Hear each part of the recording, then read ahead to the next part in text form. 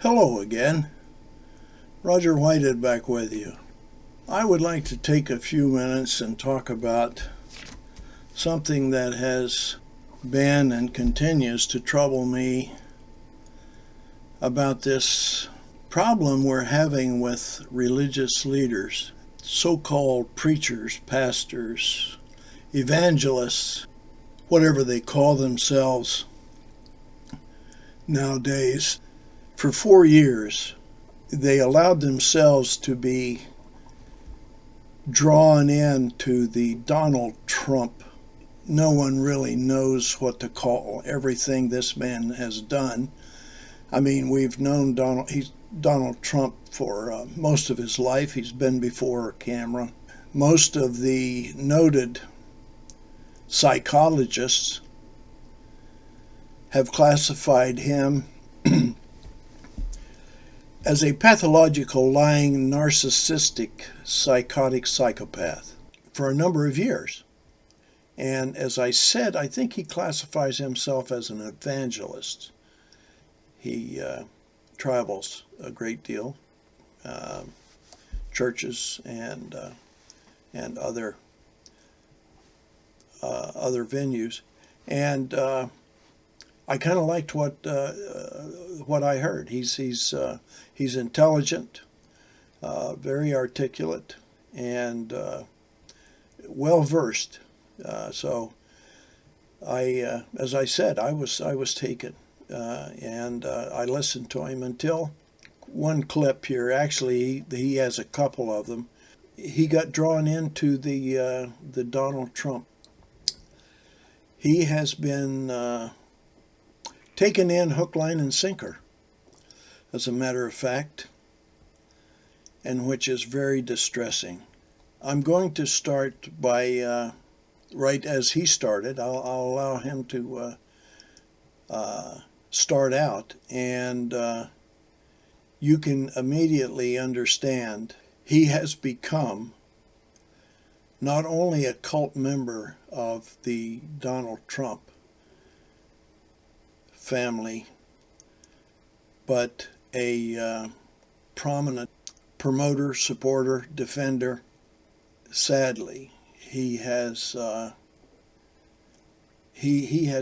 been drawn into. Let's start and see what he has to say. Hello, ladies and gentlemen. My name is Justin Peters. I hope that you and your family are doing well today. I want to thank you very much for joining me. I want to do this video, and I believe that it's an important video, and I want to share with you some of my thoughts on the election, and specifically what we are hearing from some evangelicals saying that they can vote for neither Donald Trump nor Joe Biden. And I want to let you know for whom I am voting and some of the reasons why I am voting for him. And it probably comes as no surprise, I am voting for Donald J. Trump. I voted for him in 2016, and I did so without any hesitation. I thought he was not my first candidate. You know, when it was the primary season 4 years ago, Donald Trump was not my first candidate. He's not the guy that I wanted to get the nomination, but he did get the nomination, and so I voted for him. And I kind of had the feeling that he was going to do what he said he was going to do. The promises that he made, I kind of figured he would fulfill those promises, or at least try to, and he has done so. In fact, he has exceeded in many ways my own expectations, and so I voted for him 4 years ago. I'm going to vote for him again. In fact, I already have voted for him, and I've done so enthusiastically, and I want to share with you why I'm doing that, and also to respond to some of the arguments that some prominent evangelicals, whatever that term means anymore, are making today, in which they say they cannot, in good conscience, vote for Donald Trump. And I just want to bring some simplicity and clarity to this discussion, if I may. Now, we can have differences of opinion on any number of issues.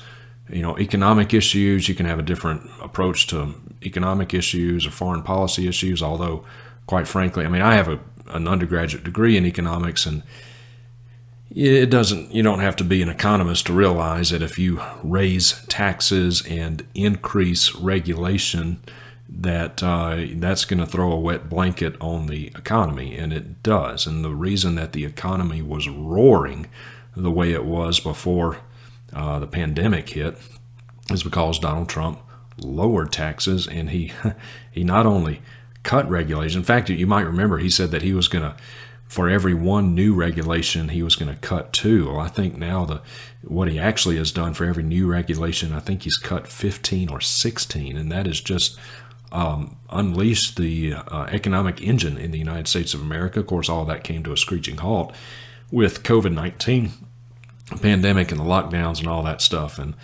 foreign policy. But it's the economy. You have differences of opinion. You have differences of opinion on foreign policy. I don't think the Democratic foreign policy makes any sense. I don't think that appeasing rogue nations like Iran and North Korea help anything. I don't think sending a pallet of whatever it was, $100 billion in cash to the Ayatollahs in Iran helped very much. Pastor Peters just mentioned the Ayatollah and his money. That's another lie that has been perpetrated for years. Yes, the United States put $100 billion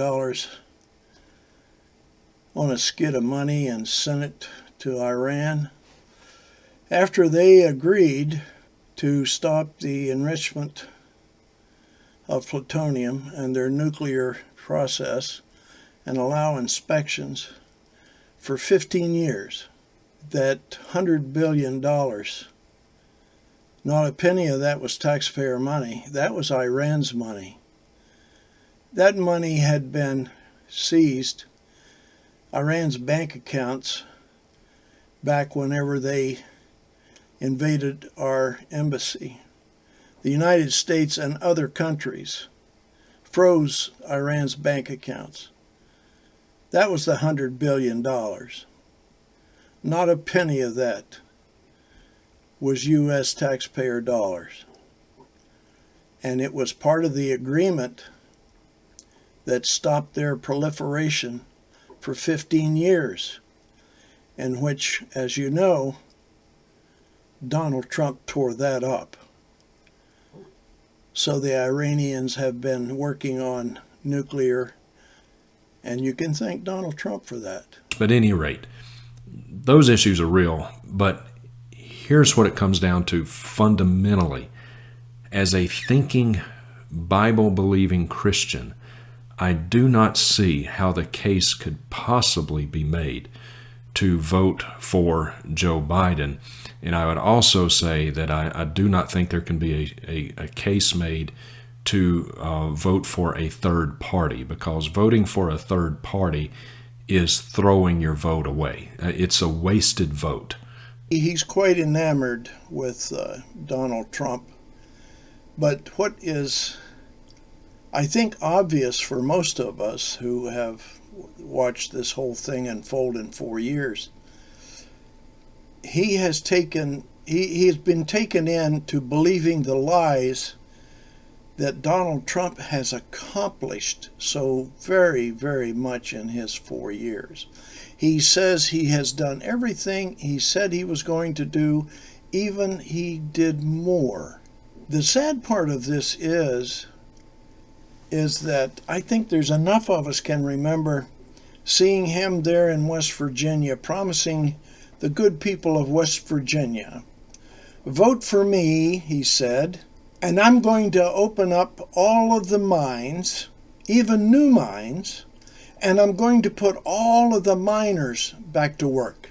Listen and believe me." Well, the facts doesn't really bear that out, as there are fewer mines open in West Virginia now than there were at the beginning of Donald Trump's administration, and there are considerably fewer miners working in mines at the end of his administration. And Do you recall him there in Ohio campaigning and saying, I believe it was Lordstown, Ohio, when he told them, don't sell your houses, don't go anywhere. Lordstown, the General Motors has closed a plant, but they're going to reopen. They're retooling. They're going to be manufacturing bigger and better than ever. I'm going to put all the auto workers to work. At the end of Donald Trump's administration, after 4 years, Lordstown's closed. There's no one working, as there once was in a plant that had, 4,000 people. Trump then turned to the steel workers. I'm going to open up all the steel mills. There'll be new mills opening up. The United Steel Workers will all be back to work. Trust me. No, there are fewer mills running in Ohio and fewer steel workers working in those mills. The next state he stopped in was up in Michigan, as I recall. And I think I did a vlog on this. He was standing before God and the world and said, Michigan, you better vote for me because I just got you 5 brand new auto plants. 5 brand new auto plants, so you better vote for me. In the 4 years that Donald Trump was in office, there were no new auto plants, no massive auto plants built in Michigan at all. And where Donald Trump got this, now he said that he had just been talking to the Premier of Japan, who promised him these plants. When we researched it, we found that the Premier of Japan said that Japan was going to invest $700 million in the U.S. to upgrade existing plants. They weren't building new plants. They were existing plants they were upgrading. No new employees, no 5 new auto plants. Another lie. But if you listen to Pastor Peters here, why Donald Trump has done everything he said he was going to do, even more. Didn't happen. But the thing of it is, what did happen was he got people like Pastor Peters to put the blinders on, to believe him. He's a con man. He's a liar, and he got himself a new shield. Now here he claims that Donald Trump built up and created a booming economy. Are we here enough to realize Donald Trump, when went into office, when his administration started, there was a booming economy that Barack Obama actually inherited from George W. Bush, an economy that was nearly in depression. It was the worst recession this country had had since the Depression. And 8 years, Barack Obama, along with Joe Biden, was building the economy back to where, when it was turned over to Donald Trump, a vibrant working economy. And he also brags about how, well, he got rid of all the regulations. Well, yes, he did. He turned back years of EPA work in stopping companies from polluting the rivers, streams, the air. And Donald Trump eliminated all that EPA work and told the companies, start dumping the poisons back in the water. Hey, who dies, they die, whatever. How soon we forget. So anyway, some prominent evangelicals, John Piper and Karen Swallow Prior, two of the more notable ones, have written articles recently saying why they cannot vote for either candidate. And just a couple of brief excerpts from both of these articles. Let me read them to you. First, from Karen Swallow Prior. Dr. Pryor, who is research professor of English and Christianity and Culture at Southeastern Baptist Theological Seminary, writes this: While Trump has delivered on his promises to nominate conservative justices to the Supreme Court, whose philosophies about constitutional interpretation are seen as a necessary prerequisite for overturning Roe v. Wade, he has not shown himself to be pro-life or pro-family in other meaningful ways. He refused to condemn China for its horrific ongoing human rights violations of Muslim minorities being kept in concentration camps. His reckless and inconsistent messaging about the COVID-19 pandemic has certainly contributed to a record number of deaths this year. She goes on to say, moreover, as I've stated before, it is impossible to cultivate a truly pro-life culture while advocating for and living a lifestyle of adultery, sexual abuse, and promiscuity, or while failing to repent for such immorality in the past. Similarly, Dr. John Piper, who is the former pastor of Bethlehem Baptist Church and founder of Desiring God Ministries, writes this. He says, Actually, this is a long overdue article attempting to explain why I remain baffled that so many Christians consider the sins of unrepentant sexual immorality, unrepentant boastfulness, unrepentant vulgarity, unrepentant factiousness, and the like to be only toxic for our nation, while policies that endorse baby-killing, sex-switching, freedom-limiting, and socialistic overreach are viewed as deadly. To be more specific, they are sins that destroy people. They are not just deadly, they are deadly forever. They lead to eternal destruction, and he gives the scripture references. They destroy persons, and through persons they destroy nations. I find it bewildering that Christians can be so sure that greater damage will be done by bad judges, bad laws, and bad policies than is being done by the culture-infecting spread of the gangrene of sinful self-exaltation and boasting and strife-stirring. To say that Donald Trump was pro-life. Donald Trump was before a camera years ago, and even right up just before he started to run for office. And he said, I'm pro-choice. I've been pro-choice all my life. He said, I believe a woman has a right to choose. Now, he did this right up until it was time to announce he was running, and his handlers told him, oh, my goodness, you cannot. You have to have the religious right vote, and you need to get these wannabe Christians behind you. And no, you have to be pro-life. And then if they ask you if you were pro-choice, lie. Tell them, no, you were always pro-life. And of course, naturally, Donald Trump being the being the scam artist that he is, oh, I'm pro-life. Have been pro-life all my life. I don't. As a matter of fact, he even got into a conversation with.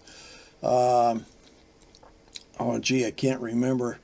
I can't remember the fellow's name. He's no longer a newsman, but he having a conversation with him. Trump even said, whenever he was asked, "Well, if a woman has an abortion, then you believe that she should face criminal charges. There should be a punishment for her having an abortion." And Donald Trump said, yes, absolutely. She should be held accountable. Her and the doctors. He tried to walk that back. Didn't work out well for him. I think it was Chris Matthews is who he was talking to, as I recall. And But he was all over the place. And this one professor here brings up extremely good points. Pro-life means nothing to Donald Trump. Never did. The only thing Donald Trump is pro at is enriching himself. And man, if you can't see that from watching and hearing him, you're not paying attention, folks.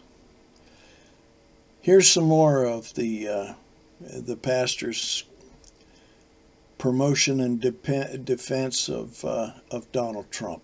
Let's listen to this. Basic philosophy underlying the Democratic Party platform. Man is basically inherently good. And because man is good, then there's no need for any real restraints on his behavior.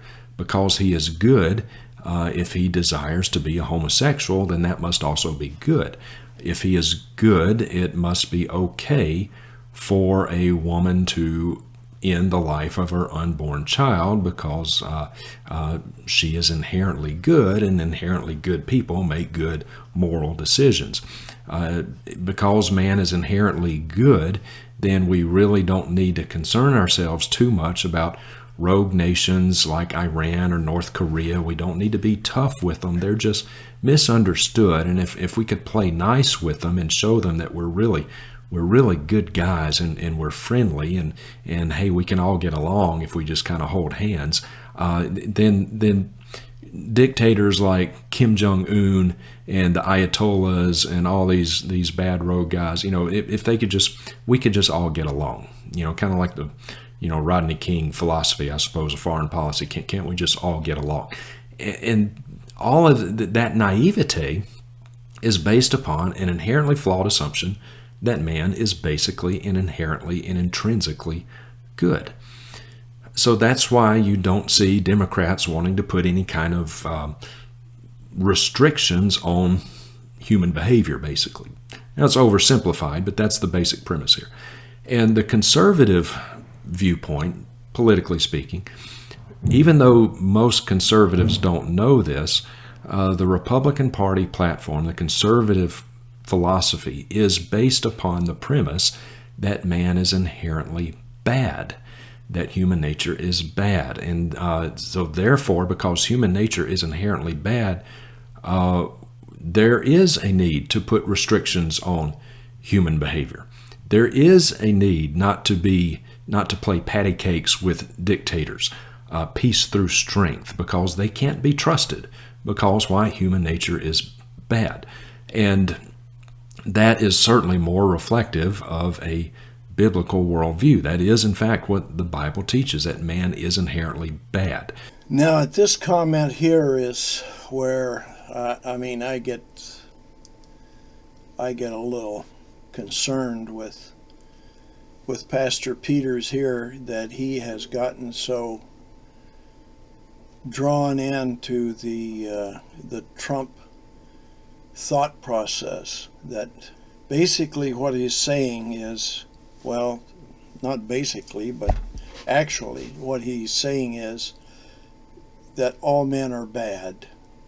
God made a mistake when he created the earth, in which God mentioned 50, 60 times in the Bible that it is good. Pastor Peters here tells us God is wrong. He made a mistake. In all the beauty and all the things that God created, he messed up.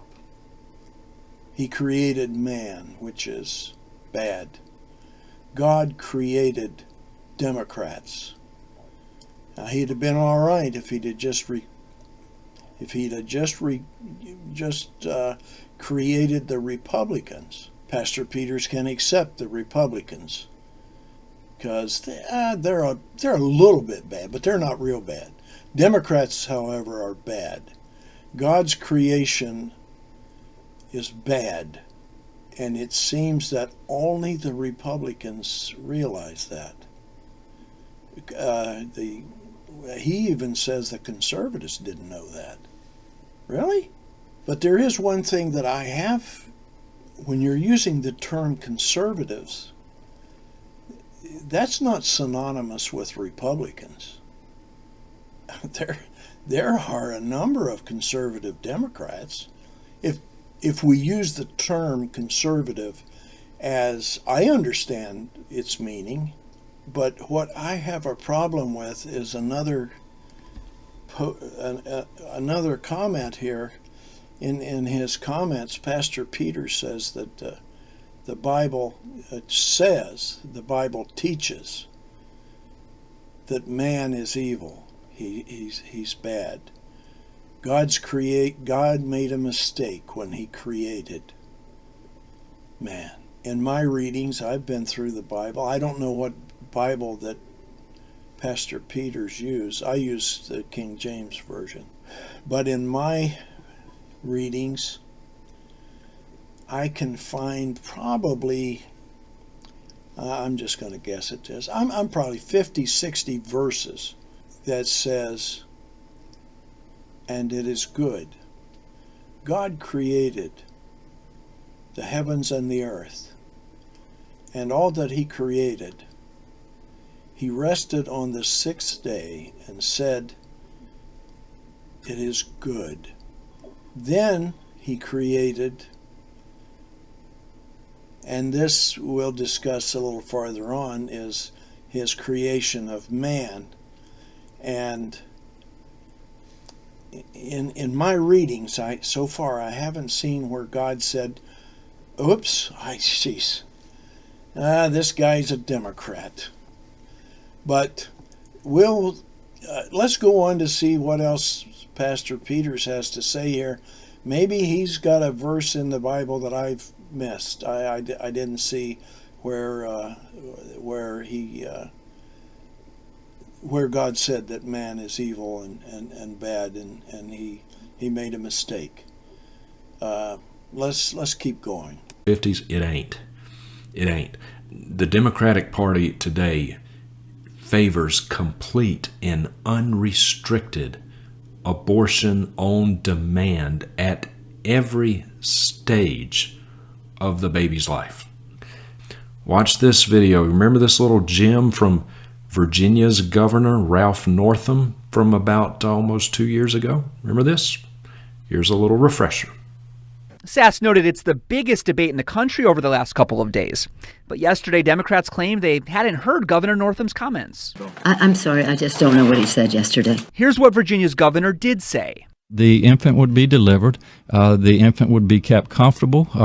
The infant would be resuscitated if that's what the mother and the family desired. And then a discussion would ensue between the physicians and the mother. You know, the first thought I had when I saw that, I wondered to myself, why are you concerned about keeping the baby comfortable as it lay there on the metallic tray? Now, here's one of the areas that I really take exception to Pastor Peters, is that he did no research before he come out with his comments that he's making here. This is a chopped up video that the Republicans put out, which is it's an utter distortion. Not a distortion, it's just an absolute lie. And this presentation was put out as if Governor Northam there of Virginia was advocating of, well, maybe you abort the baby, throw it out onto a metal tray and leave it flop around there for a little bit, and mother can choose whether she wants to keep it or not, and then you throw it in the garbage. That's what he's trying to project here. What they were talking about, and where this clip was cut up from, was that there's somewhere in the neighborhood of 1% that are in late term or actual full term births that are not viable outside of the womb. The baby he was talking about that was on this tray, and this whole clip, he'll never show you the whole clip. The Republicans won't show that to you either. Was a baby that was born, I believe this was the one with the baby that was born with a brainstem outside of its body. Now, it was born and it was alive. It was a live birth. And they put it in the tray, and the mother, and of course, naturally, it was horrific, this poor family. But the doctors, and in Virginia it takes 3 doctors, by the way. This isn't something you can go to a guy that is practicing out of his garage. It takes 3 doctors for this procedure. But anyway, the baby was laying into a tray, covered and everything. And the mother was given the opportunity, the option, that the doctors would keep the baby alive as long as they could. But she had to understand this baby was born with its brain stem on the outside of its body. It was not going to live any length of time. Now this is what he was talking about. The 1% of births or abortions. But this whole scenario that Pastor Peters promoted for you was as if this is what happens in all abortions. And it's sadly, and this is what upsets me so greatly about these ministers who buy into the Donald Trump lie. They become co-conspirators in the false information that is put out. And it doesn't seem to bother them at all. They seem to be okay doing that. Because they're so blinded in their ideas that, oh, we're saving people. What you're doing, you're promoting a pathological, lying, narcissistic, psychotic psychopath. That's what you're doing. Let me give you a hypothetical situation. Now, granted, this is not likely to happen to you, but it's theoretically possible. But just to illustrate the point that I'm making, let's say you're driving your car and you've got your 2 young children in the back seat strapped into their car seats. And you're driving along and you have a wreck and your car spins out into the ditch. You're thrown out of the car because you weren't wearing your seatbelt. You're thrown out of the car and your legs are broken, but your children remain in the car that is now on fire. The car is burning and you're laying in the ditch a few feet away with broken legs and you can't get to them. And up runs a stranger. Seeing what happened, the stranger is running up and is headed to the car to pull those children out of the car. What are you going to say? Oh, sir, wait, before you help my children, do you have a potty mouth? Have you been faithful to your wife? Because if you have a potty mouth or you haven't been faithful to your wife, I'm afraid I just cannot accept your help. I felt really bad for this man whenever he did this. I could not believe. Now, in my introduction, I think I told you I thought he was a very intelligent, articulate man. But listening to this, in his zeal to bring attention to Donald Trump's failings and make it sound like, I mean, I really can't say too much about what he said. I think it is so disgusting that he said that he used that type of a scenario, that I can't believe a man of God would stoop to that level to promote Donald Trump, as we've seen he did. This is bad, but it's not the worst. Let's carry on. I give you another hypothetical just to illustrate the point. And granted, this stretches credulity, of course, but it's just for purposes of illustration. Let's say you find yourself in the 1930s Germany and an election is coming up and you have an opportunity to vote for either A, Adolf Hitler, who is promising to exterminate the Jews, or B, someone named, let's call him George, and you clearly cannot vote for Adolf Hitler because he's promising to exterminate the Jews, and but you don't really like George either. He's promising to protect the Jews, but George is just a nasty guy. I mean, he's got he's got a potty mouth and he's been unfaithful to his wife, and he's clearly not a Christian, but he does promise to protect the lives of the Jews, and you have every reason to believe that he will follow through on his word by the people that he appoints and whatnot. But you just can't vote for George either, because he's just such a not a nice guy. Even though he's going to protect the Jews, and Adolf Hitler's openly saying he's going to kill them. What do? Do you write in what do you write in Babe Ruth because you clearly can't vote for Adolf Hitler, but you don't like George either? You vote in Babe Ruth. You see, it's a wasted vote. What would you do? Well, I would hope you would vote for George, even though he's not a nice guy, but he's promising to protect the Jews and do the opposite of what Adolf Hitler has already openly said he would do. You write in a third-party candidate, it's a wasted vote. Of course you would vote for George. It's the same thing here. There is no difference in logic. It is the same thing here.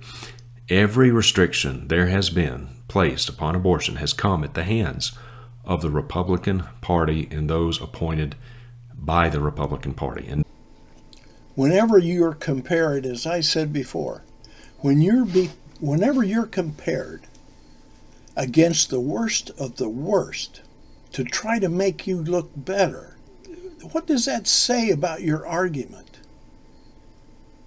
What does it say that you can't reach back and pull out all the good that Donald Trump ever did, rather than use Hitler as a comparison to say, well, he's better than Hitler?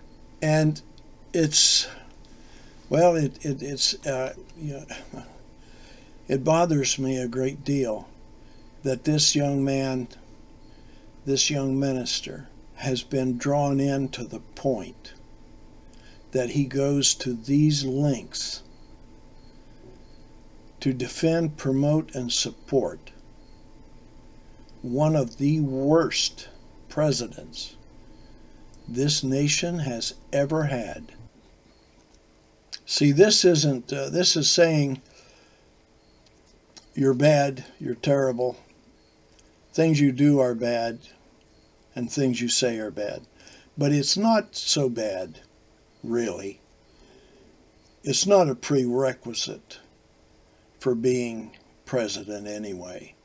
I'm voting for a president. I don't care what kind of a scumbag you are. I don't care you cheat on your wife. You're extremely vulgar. You're a pathological liar. I mean, you have no ethics at all. You refuse to pay people who work for you. You're just a drag, actually a drain on society. You haven't paid income tax for 10 years, but that's okay. There's worse out there. I mean, look at Joe Biden. I mean, that guy, he allows a woman to make her own choices about her body. Who knows? Who thinks of that? Here's what I believe. I'm going to tell you who's going to win. I do know who's going to win. Here's who's going to win on November 3rd. You mark it down, and I'm recording this on October the 30th, and so you mark it down after the election that I'm writing this. Whoever wins will be the man that God has ordained it from eternity past to win. Romans chapter 13. I don't know how any other way to read Romans 13. Whoever wins, it will be whoever God has ordained to win this election. That's who's going to win, whether it be Biden or whether it be Trump. And you may be thinking, well, Justin, you've spent this whole video talking about how we should vote and do our part, and now you're saying that it's been ordained from eternity past. That's right, it has been. But this is what we call, get a little theological here, this is what we call an antinomy. Two seemingly contradictory truths that yet are not contradictory that Scripture teaches. Two truths that seem to be in contradiction, seem to be mutually exclusive, but in God's providence and His economy, somehow they are not. God's sovereignty and man's responsibility. The Bible teaches both. They are both true because Scripture teaches both. Does that make our heads swim? Of course it does. We can't wrap our finite minds around that. But just as much as God has ordained the end, He has also ordained the means to the end. And God's ordained means to His ordained end include human accountability and responsibility. And in pertaining to the subject matter of this video, we have the opportunity and the privilege to vote. And so because God has sovereignly decreed it that I have that freedom, I have done it already. So my vote's in the hopper, if you will. And I hope that yours will be too. And I hope it will be for Donald Trump. Friends, I'm very sorry for the length of this posting. It originally started out as my calling out a pastor who, Pastor Justin Peters, a fellow I actually kind of liked, and until I ran across his manifesto of Donald Trump and how he voted for him in 2016, and he voted for him again in 2020, and how he believes everything that comes out of the mouth of our nation's most prolific, pathological, lying, narcissistic psychopath. But it appears he has. I couldn't use all of his video because it was just way too long. I mean, I have listened to a number of Trump's cult members who tried to promote, defend, and support him, but I would say probably I had to cut out at least 40% of Pastor Peters' soiree into Donald Trump's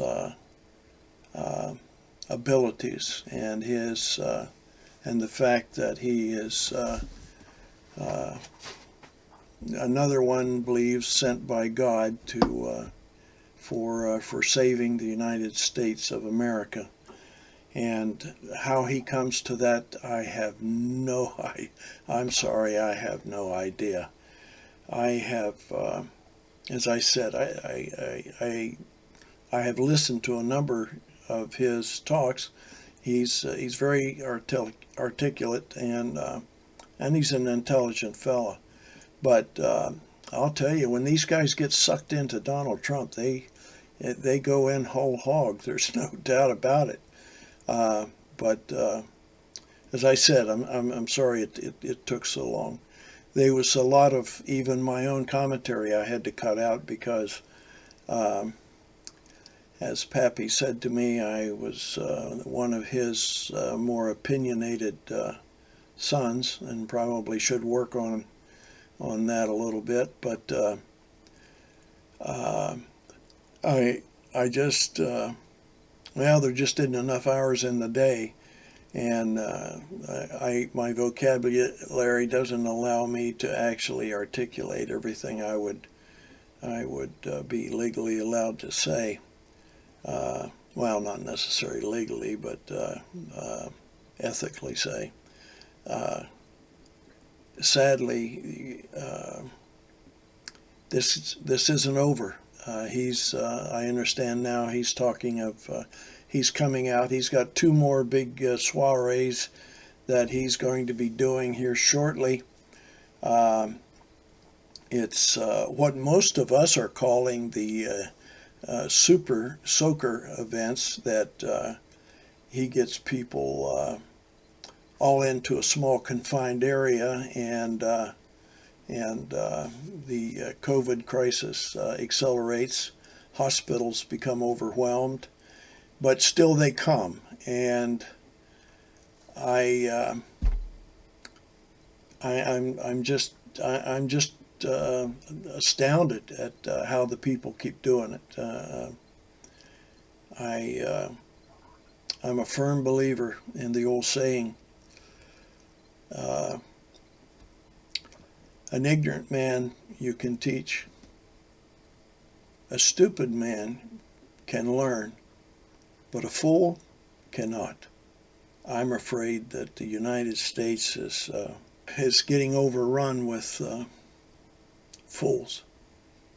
At least they're showing themselves to be anyway. So I appreciate you watching, and love to hear your comments. I think the proof is in the pudding. There's a fellow I know quite well as an auctioneer, and he used to say at the beginning of each one of his auctions, buyer beware. So when you sit and listen to everything coming out of Donald Trump's mouth, I don't think I'd say beware. I think I would say be very, very worried, because this man is set out to become a dictator. He wants to destroy, like Adolf Hitler said, to control the people you must tell them a big lie, and tell it often. They'll eventually begin to believe it. And Donald Trump is making a absolute commentary on what Adolf Hitler said. He has got people to believe an absolute lie. Until we meet again, stay safe, stay well, wear the mask, distance, wash your hands. But more than anything, love your brothers and sisters as Christ has asked us to do. Goodbye.